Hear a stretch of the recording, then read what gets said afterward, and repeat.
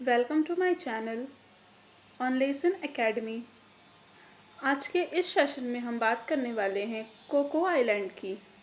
Cocoa island, इसके क्या dispute हैं, जो वर्तमान में इसके कुछ इश्यूज चल रहे हैं म्यांमार, इंडिया, इन दोनों देशों को लेकर के इसके ऊपर मुद्दे उठाए जा रहे हैं कोको द्वीप से संबंधित। तो इन्हीं मामलों को, इन्हीं मुद्दों को हम देखेंगे कि क्यों आखिरकार ये कोको आइलैंड इतना ज़्यादा वर्तमान में न्यूज़ में चल रहा है। सबसे पहले यहाँ पे हम देखें तो ये कोको आइलैंड है, ठीक, ना कि कोकोज़। ये कोकोज़ आइलैंड ये ऑस्ट्रेलिया में आता है।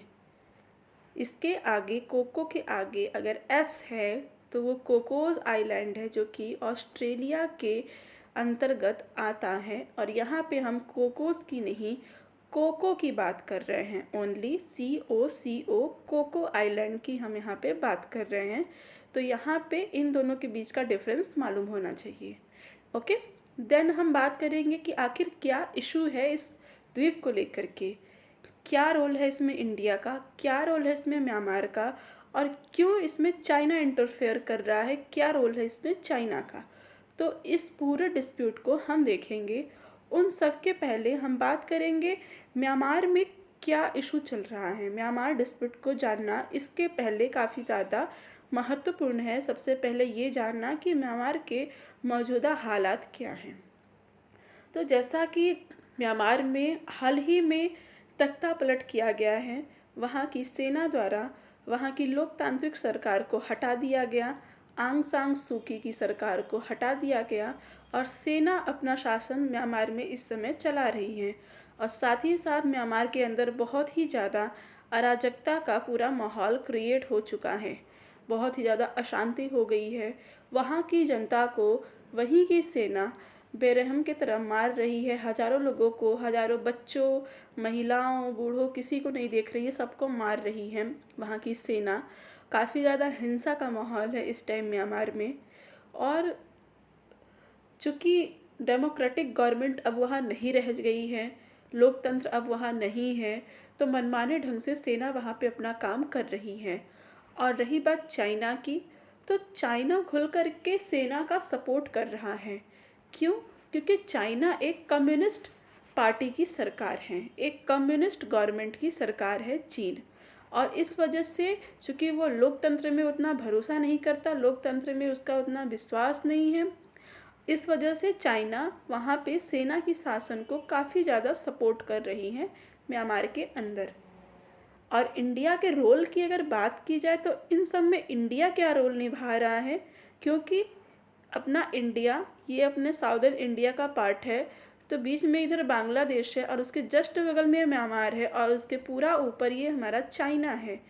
तो यहाँ पे चाइना का इंटरफेयर तो काफ़ी ज़्यादा है, वो खुल कर के आर्मी का सपोर्ट कर रहा है।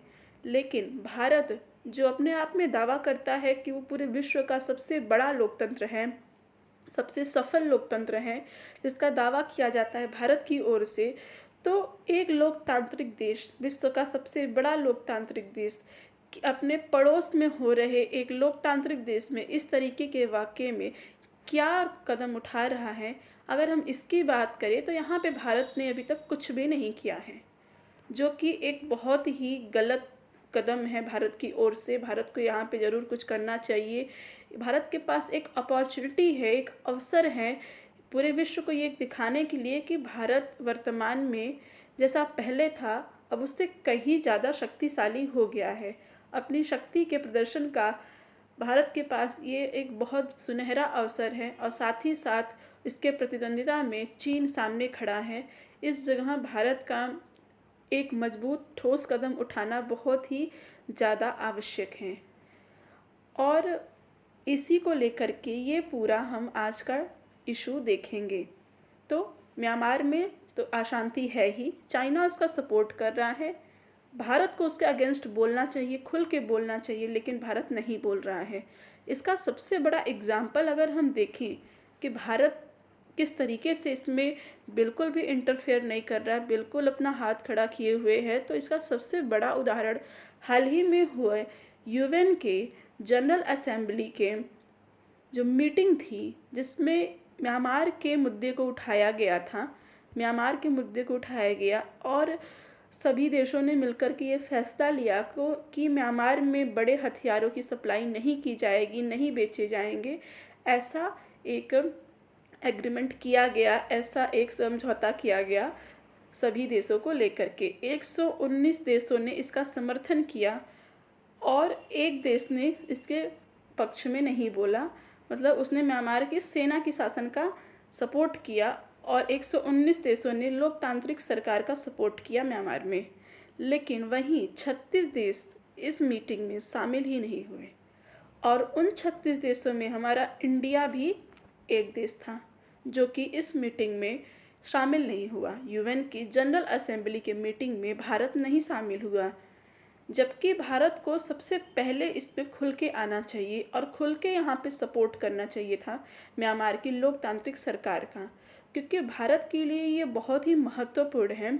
क्योंकि ये एक ऐसा रीजन है, हमारा साउथ एशिया और हमारा पूर्वी एशिया एक ऐसा रीजन है जहाँ भारत को अपनी पकड़ मजबूत करने की आवश्यकता है। अगर भविष्य में भारत एक सुनहरा देश का एक सुनहरा भविष्य चाहता है तो इस जगह पे भारत को खुल के सामने आने की बहुत ही ज़्यादा आवश्यकता थी, लेकिन भारत ने यहाँ अपना कोई भी रोल नहीं दिखाया। तो आगे हम देखेंगे कि कोको आइलैंड का क्या डिस्प्यूट है। ये तो रहा म्यांमार और उसमें इंडिया और चाइना के रोल की बात। आगे हम बात करेंगे कि इन सब से इस आइलैंड का क्या कनेक्शन है, क्यों इन सब से इनको जोड़ा जा रहा है। आखिर ये जो भूमिका थी, ये जो इंट्रोडक्शन अभी मैंने दिया, इसका इससे क्या संबंध है, तो इसको हम देखें तो यहाँ पे हम बात करेंगे सबसे पहले तो कोको आइलैंड की, कोको द्वीप की। सबसे पहले इसके अवस्थिति, इट मीन्स इसका सिचुएशन, इसका लोकेशन, ये कहाँ पे सिचुएट करता है, कहाँ पे लोकेट करता है, किस जगह ये स्थित है, ये कोको आइलैंड। सबसे पहले हम इसको देखेंगे तो यहाँ पे बंगाल की खाड़ी में कोलकाता शहर के दक्षिण पूर्व दिशा में 1255 किलोमीटर दूर एवं अंडमान निकोबार द्वीप समूह के पास उत्तर दिशा में एक द्वीप है जो कि कोको आइलैंड के नाम से जाना जाता है। इसको हम विस्तार से अगर देखें, सबसे पहले हम बात करते हैं बंगाल की खाड़ी की। तो जनरल तौर पे हम देखते हैं, ये रहा हमारा दक्षिण भारत का मैप, ठीक, ये हमारा दक्षिण भारत है। यहाँ पे आप देखिए, ये रहा हमारा दक्षिण भारत, ये पूरा रीजन हिंद महासागर का है, इस ओर हमारा अरब सागर है और ये जो रीजन है ये है हमारा बंगाल की खाड़ी। ये रीजन पूरा हमारा, यहाँ पे देखिए इस मैप में, ये रीजन है बंगाल की खाड़ी का, ठीक है। तो बंगाल की खाड़ी में कोलकाता शहर, अब कोलकाता शहर को हम देखें कि ये कहाँ है, तो ये रहा हमारा इंडिया, ये रहा बांग्लादेश। इसके बगल का जो ये राज्य है ये है वेस्ट बंगाल यानी कि पश्चिम बंगाल। और इसी पश्चिम बंगाल राज्य में सबसे नीचे समुद्र की सीमा से लगा हुआ एक सबसे महत्वपूर्ण शहर पश्चिम बंगाल का, जो कि कोलकाता सिटी है, उसके दक्षिण पूर्व ये दिशा है, दक्षिण पूर्व दिशा कोलकाता का, उससे 1255 किलोमीटर दूर पे ये कोको द्वीप ये यहाँ पे स्थित है। यहाँ इसका लोकेशन है, जो कि ये है हमारा अंडमान निकोबार द्वीप समूह, इसके ठीक उत्तर दिशा में अवस्थित है। ये रहा पूरा कोको आइलैंड की अवस्थिति, ठीक है। जैसे यहाँ पे हमने देखा है, ये हमारा इंडिया का मैप है, ये श्रीलंका है, ये रहा हमारा अंडमान निकोबार और ये यहाँ पे है कोको द्वीप, जिसको हमने विस्तार से यहाँ पे देखा। ओके, नेक्स्ट हम बात करते हैं इसके डिस्प्यूट को जानने से पहले इसके डिस्प्यूट की, इसके इशू की ओरिजिन कहाँ से हुई है, इसका इतिहास क्या है, इसको जानना बहुत आवश्यक है। तो इतिहास में अगर हम देखें, जहाँ से इस मुद्दे को एक हवा मिली थी, भूतकाल में जो किया गया, भविष्य में इसके क्या परिणाम निकल के आ रहे हैं वर्तमान में, इसको अगर हम देखें तो इसके भूतकाल में, इसके इतिहास में हम जाते हैं तो वर्ष 1948 से पहले तक इस द्वीप पे, इस कोको द्वीप पे भारत का अधिकार था। यानी कि वर्ष 1948 से पहले तक कोको द्वीप के ऊपर भारत का आधिपत्य था, लेकिन वर्ष 1948 में तत्कालीन प्रधानमंत्री पंडित नेहरू द्वारा यह द्वीप म्यांमार को उपहार स्वरूप भेंट कर दिया गया, बिना किसी दस्तावेज के, बिना किसी लीगल फॉर्मेलिटीज़ के। उसको एक गिफ्ट के तौर पे एज अ गिफ्ट म्यांमार को दे दिया गया ये कोको आइलैंड, क्योंकि इनका मानना था कि ये सिर्फ एक बंजर भूमि है और कुछ नहीं है, काफ़ी दूर है, कोई महत्वपूर्ण नहीं है ये। उस समय इन्होंने जो समझा उन्होंने वो किया पंडित नेहरू ने, और इसको म्यांमार को दे दिया। ये रही उस समय की बात, और उस समय उठाया गया यह कदम आज के डेट में कितना गलत साबित हो रहा है, इसका अंदाज़ा यहीं से लग सकता है कि इस जगह को, इस कोको द्वीप को अब म्यांमार ने चाइना को दे दिया है लीज़ के ऊपर। चाइना जो कि हर देश से लीज़ पे ज़मीन लेता है, उनको पैसे देता है और फिर उस ज़मीन पे अपना कब्जा कर लेता है, उसी तरीके से म्यांमार ने भी इस कोको द्वीप को चाइना को लीज़ पे दे दिया। तो अब बात करते हैं ये चर्चा में क्यों है। तो इसके चर्चा में होने का कारण ही यही है कि ये कोको द्वीप वर्तमान में चाइना के अंडर में आ गया है। जैसा कि हमने पहले बात किया कि म्यांमार में हुए वर्तमान तख्ता पलट के बाद वहाँ पे सैन्य शासन प्रारंभ हो गया है, ठीक। और म्यांमार ने कोको द्वीप को चाइना को लीज़ पर दे दिया है, लीज़ पर दे दिया है, यानी भाड़े पे दे दिया है एक तरीके से। चाइना उसको पैसे देता है और इसने उसको वो ज़मीन दे दिया है, वो कोको आइलैंड दे दिया है। उसके बाद चाइना क्या कर रहा है कि इस द्वीप के ऊपर पूरा नेविगेशन का काम कर रहा है। नेविगेशन इन द सेंस कि वहाँ पर रडार जैसे सिस्टम्स का वो प्रयोग कर रहा है, वहाँ पे उसका निर्माण कर रहा है, रडार की पूरी तकनीक को स्थापित कर रहा है उस पूरे आइलैंड के ऊपर। एक ऐसा वहाँ पे नेविगेशन का पूरा कार्य का संचालन कर रहा है चाइना।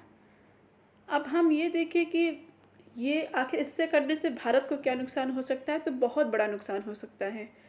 यहाँ पे अगर हम देखें, इसी मैप में अगर हम देखते हैं, तो इस मैप पे हमने कोको आइलैंड की अवस्थिति को जहाँ पे देखा, इसी जगह हम देखें तो ये रहा Coco island. Coco island China बहुत ऊपर है, बहुत दूर है, लेकिन यहाँ से अगर चाइना का यहाँ पे कंट्रोल होता है, अंडमान निकोबार द्वीप समूह जो कि भारत के अंदर में है वो तो सबसे नज़दीक है। उसके अलावा यहाँ से भारत के इस क्षेत्र पे, इस क्षेत्र पे, इस क्षेत्र पे, इस क्षेत्र पे हर जगह चाइना अपनी निगरानी, अपनी नज़र रख सकता है। और ये ऐसे रीजन है जहाँ पे हमारे मिसाइलों के प्रक्षेपण किए जाते हैं, काफ़ी सारे टेस्टिंग की जाती हैं। उसके बाद उनको मतलब एक प्रकार का एक बहुत ही महत्वपूर्ण एरिया है ये, जहाँ से पूरे भारत की सुरक्षा का काम चलता है, सुरक्षा तकनीकों का विकास होता है। ये ऐसे रीज़न है, और यहाँ पे चाइना का होना हमारे सुरक्षा के लिए एक बहुत बड़ा खतरा बनकर आता है। तो आगे हम देखते हैं, ये कोको आइलैंड रणनीतिक दृष्टि से अत्यंत महत्वपूर्ण है। रणनीतिक दृष्टि से यह भारत के लिए बहुत महत्वपूर्ण आइलैंड है, बहुत महत्वपूर्ण भूमि है, क्योंकि यहाँ से भारत के प्रमुख पूर्वी भागों को निगरानी सरलता से की जा सकती है। जैसा कि हमने देखा कि भारत के जो पूर्वी भाग हैं, चाहे वो भारत के पूर्वी राज्य, दक्षिणी राज्य, चाहे वो आंध्र प्रदेश हो, तमिलनाडु हो, उड़ीसा हो, आपका इधर ऊपर अब पश्चिम बंगाल हो, ये सब ऐसे राज्य हैं जिनके ऊपर चाइना आराम से अपनी नज़र रख सकता है, निगरानी रख सकता है, क्योंकि बहुत दूर नहीं है। सिर्फ 1255 किलोमीटर कोलकाता दूर है। 1255 किलोमीटर बहुत ज़्यादा दूरी नहीं होती। वर्तमान समय में इतनी ज़्यादा टेक्नोलॉजी विकसित हो चुकी है, कोई बहुत दूरी नहीं है। तो ऐसे में ये बहुत बड़ा एक खतरा है, और चाइना भारत की सुरक्षा की चीज़ों पे निगरानी आराम से रख सकता है। और भारत कई प्रकार की मिसाइलों के प्रक्षेपण करता है, जैसा कि मैंने पहले ही बताया। और ऐसे में यहाँ का चीन का कब्जा होना भारत के लिए बहुत बड़ा खतरा साबित हो सकता है। नेक्स्ट हम बात करते हैं, आगे हम देखें तो चाइना का भारत को लेके क्या रणनीति है। आखिर चाइना इस तरीके के काम क्यों करता है भारत को लेके। तो सबसे बड़ी बात तो यहाँ इस मैप में हम देखें तो ये रहा चाइना का लोकेशन। ये एशिया का ये मैप है, एशियन कॉन्टिनेंट का, एशिया महाद्वीप का। पूरा नहीं है, आधा ही है, लेकिन यहाँ एशिया का ये पूरा चाइना देश है। देख सकते हैं कि चाइना कितना बड़ा है। ये पूरा येलो वाला ये पूरा चाइना है, ये हमारा इंडिया है। तो और उसके बाद ये रहा बांग्लादेश और ये रहा म्यांमार। यहाँ पे हम देखें और यहाँ पे ही लोकेट करता है कोको द्वीप, जो कि चाइना यहाँ पे है और भारत यहाँ पे। इस पूरे रीजन में, एशिया के इस दक्षिण एशियाई रीजन में भारत ही एक ऐसा देश है जो चाइना को आगे बढ़ने से रोकता है, मनमानी करने से रोकता है। और भारत ही चाइना को काउंटर कर सकता है और ये अच्छी तरीके से चाइना जानता है। और इसी वजह से चाइना भारत को चारों ओर से अपने कब्जे में करना चाहता है, उसको घेरना चाहता है। और उसी के लिए चाइना हमेशा प्रयास करता है, हमेशा भारत के पड़ोसी देशों को अपने पक्ष में करने का कोशिश करता है। जैसा कि देख सकते हैं यहाँ पे कि पूरब में कोको द्वीप म्यांमार ने चाइना को दे दिया है और वहाँ पे वो अपने नेविगेशन के काम कर रहा है। उत्तर में खुद चाइना बैठा है और पास में नेपाल में वो अपने पांव पसार रहा है। पश्चिम में पाकिस्तान, जो कि भारत का चीर प्रतिद्वंदी है, वो तो ऑलरेडी दुश्मन है। और साउथ में श्रीलंका से भी चाइना ने ज़मीन ली है लीज पे, या फिर उनको पैसे देके उनसे ज़मीन ली है, वहाँ पे पोर्ट बंदरगाह वगैरह बना रहा है। अब यहाँ पे हम देखें तो ये हमारा इंडिया है, ये रहा हमारा कोको द्वीप, चाइना के पास ये भी है। ये रहा श्रीलंका, चाइना ने यहाँ पे भी अपना काम शुरू किया। ये पूरा पाकिस्तान चाइना के अंडर में है ही, और ये पूरा चाइना ऊपर है ही। बचा नेपाल, नेपाल में भी चाइना अपने पाँव पसारता ही रहता है, कभी कभी कुछ ना कुछ इशू होते रहते हैं इंडिया, नेपाल और चाइना, इन तीनों को लेकर के। तो यहाँ से देख सकते हैं कि ये तो यहाँ है ही, एक कड़ी यहाँ, एक कड़ी यहाँ और एक कड़ी यहाँ। तो एक तरीके से भारत को चाइना ने घेर ही लिया है हर तरफ से, और ऐसे में भारत के लिए बहुत बड़ा खतरा है ये वर्तमान परिस्थिति में, जो कि भारत अपने आप को एक शक्तिशाली देश के रूप में देखना चाहता है, उभर के सामने आना चाहता है, और चाइना भी उसी रणनीति को लेके आगे चल रहा है। दोनों देश एक दूसरे को काउंटर करना चाहते हैं, लेकिन चाइना काफ़ी हद तक सफल होता दिख रहा है। और भारत की सुरक्षा गतिविधियों पर वो हमेशा से नज़र रखना चाहता था। चाइना की रणनीति में दूसरा क्या है कि वो हमेशा से चाहता है कि हम भारत के सुरक्षा की जो भी गतिविधियां हैं, कि भारत क्या कर रहा है, कहाँ कौन सी मिसाइल का प्रक्षेपण कर रहा है, कौन सी मिसाइलें बना रहा है, स्पेस में क्या कर रहा है, हर एक चीज़ को भारत के चाइना उस पर निगरानी रखना चाहता है। और कोको द्वीप इस चीज़ को संभव कर देगा, कोको द्वीप इस चीज़ को संभव कर देगा, क्योंकि ये बहुत नज़दीक है और बहुत अंदर है भारत के। और वहीं चाइना हिंद महासागर में अपनी स्थिति को मजबूत करना चाहता है। हिंद महासागर को अगर हम देखें तो ये पूरा इंडियन ओशन का पूरा रीजन है, काफ़ी बड़ा महासागर हिंद महासागर। यहाँ बात करें, ये रहा दक्षिण चीन सागर, साउथ चाइना सी। ये साउथ चाइना सी के ऊपर तो चाइना वैसे भी अपना अधिकार मानता है, इसको अपना मानता है, हर तरीके का इसके ऊपर अपना अधिकार जताता है। यहाँ के देश वालों को, यहाँ के जितने भी छोटे छोटे देश हैं, आइलैंड्स हैं, इन सब को दबा के रखता है। उसी तरीके से हिंद महासागर में भी छोटे छोटे बहुत से देश हैं, बहुत से द्वीप हैं। तो और ये हिंद महासागर व्यापार की दृष्टि से काफ़ी ज़्यादा महत्वपूर्ण है, और चाइना यहाँ पे अपना दबदबा बनाना चाहता है। चूँकि हिंद महासागर में चाइना की पकड़ को मजबूत करने में सबसे बड़ा रास्ते का रुकावट है तो कोई वो इंडिया है, भारत है, क्योंकि भारत की स्थिति यहाँ पे काफ़ी अच्छी है और काफ़ी अच्छी भारत इस यहाँ पे अपनी स्थिति को और भी कर सकता है। और चाइना यही नहीं चाहता, वह भारत की पकड़ को हिंद महासागर से कमज़ोर करना चाहता है और अपनी पकड़ को मजबूत करना चाहता है। तो चाइना की ये कुछ रणनीतियाँ हैं भारत को लेकर के, वो भारत को पीछे करना चाहता है, क्योंकि उसे एक वैश्विक शक्ति के रूप में उभर के आना है। अमेरिका जैसे देशों को पीछे छोड़ के विश्व शक्ति बनने का उसका अपना एक सपना है, जिसको वो पूरा करना चाहता है। और ऐसे में वो अपने सामने सबसे बड़ी रुकावट इंडिया को पीछे करना चाहता है, और इंडिया इस जगह पे कुछ नहीं कर रहा है। म्यांमार एक ऐसा मुद्दा है, म्यांमार एक ऐसा वर्तमान का एक ऐसा मुद्दा बन के उभरा है कि भारत इससे बहुत कुछ कर सकता है, अपनी एक शक्ति को दुनिया के सामने दिखा सकता है, अपने विश्व में एक नई वैश्विक पहचान को दर्ज करा सकता है। जैसा कि वर्ष 1971 में क्या हुआ था, ये सभी जानते हैं। जब पूर्वी पाकिस्तान और पश्चिमी पाकिस्तान का जब डिस्प्यूट हुआ था, तो उस जगह पे भारत ने एक बहुत बड़ा कदम उठाया था। इंदिरा गांधी की सरकार ने काफ़ी अच्छा डिसीज़न लिया था और उस समय पूर्वी पाकिस्तान को पाकिस्तान से अलग करके एक बांग्लादेश के रूप में एक नए देश का गठन करवाया, एक नए देश को स्थापित करवाया। इंडिया ने काफ़ी बड़ा कदम था जिसने भारत को एक नई पहचान दी थी, और उस स्थिति में कोई भी कंट्री उसमें कुछ नहीं बोल सका। ऐसे में म्यांमार भी एक ऐसा ही डिस्प्यूट है, एक ऐसा ही मौजूदा हालात बन के आया है। ठीक 50 साल के बाद वर्ष 1971, उसके बाद 2021 एक ऐसा समय है कि एक तरीके का 50 साल बाद एक ऐसा समय मिला है भारत को कि भारत फिर से अपनी शक्ति को दुनिया के सामने दिखा सकता है कि भारत कहाँ पे स्टैंड करता है। लेकिन भारत इस पक्ष में कुछ भी नहीं बोल रहा है, जो कि साफ दिखा रहा है कि भारत कहीं ना कहीं म्यांमार में हो रहे हिंसा का सपोर्ट कर रहा है। क्योंकि भारत जो दावा करता है कि हम विश्व के सबसे बड़े लोकतंत्र हैं, सबसे सफल लोकतंत्र हैं, तो इस जगह पे भारत को उस हिसाब से खुल के सामने आना भी चाहिए, इस पक्ष में बोलना भी चाहिए और दिखाना चाहिए कि नहीं, भारत की क्या शक्ति है, क्या पावर है विश्व के पूरे स्तर पे। उसके बाद सामने प्रतिद्वंदी के रूप में चाइना भी है, तो चाइना को भी भारत ये दिखा सकता है, उसके पास मौका है।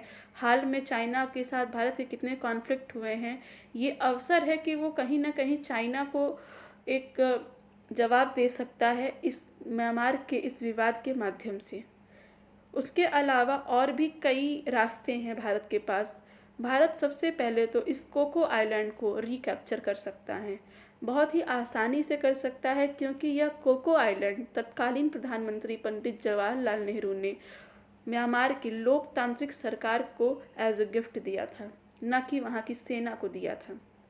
और ऐसे में वर्तमान सरकार ये दावा कर सकती है कि हमने तो लोकतांत्रिक सरकार को दिया था, सेना को नहीं दिया था। अगर म्यांमार में इस द्वीप को रखना है तो या तो वहाँ लोकतांत्रिक सरकार लाया जाए, या तो फिर ये द्वीप हम वापस ले लेंगे।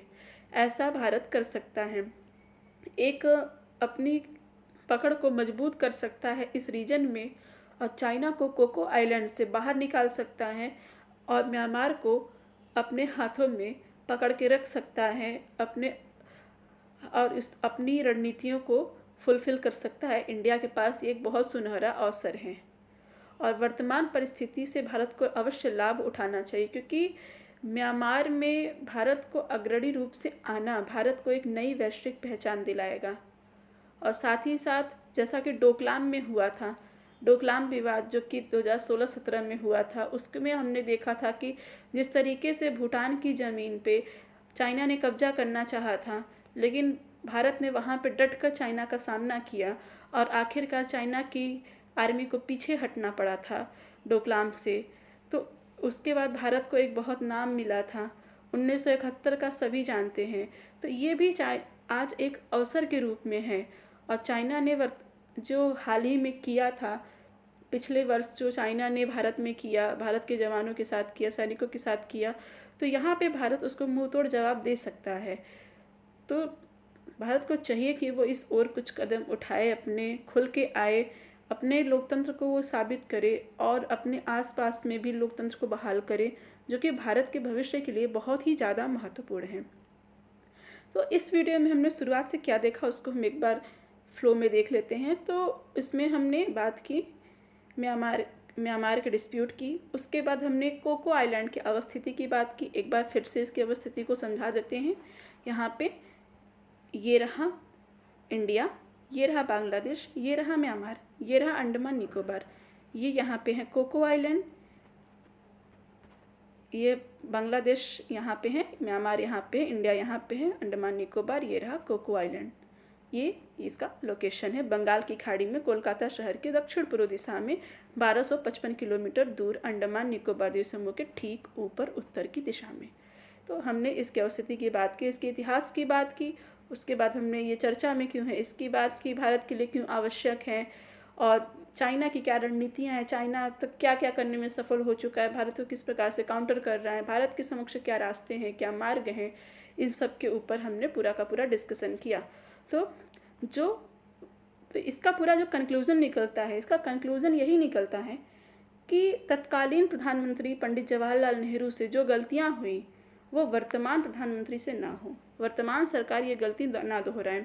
क्योंकि अगर, चूँकि इन्होंने तो वो दे दिया, इन्होंने वो ज़मीन तो उनको दे दिया, लेकिन अगर इस मुद्दे को लेकर के वर्तमान सरकार ने कुछ कदम ना उठाएं, ठोस कदम ना उठाएं, तो फिर ये भारत को काफ़ी ज़्यादा खतरा उत्पन्न करा सकता है, काफ़ी ज़्यादा नुकसान दे सकता है ये। और यहाँ पे भारत को खुलकर सामने आना चाहिए। और इस वीडियो में हमने पूरे इशू को एक तरीके से देख लिया है, तो इस वीडियो में सिर्फ इतना ही। नेक्स्ट हम मिलेंगे किसी अदर वीडियो के साथ।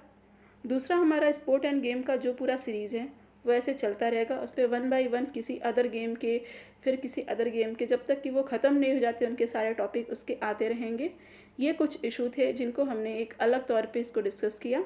सो thank you for watching. We will meet in next video.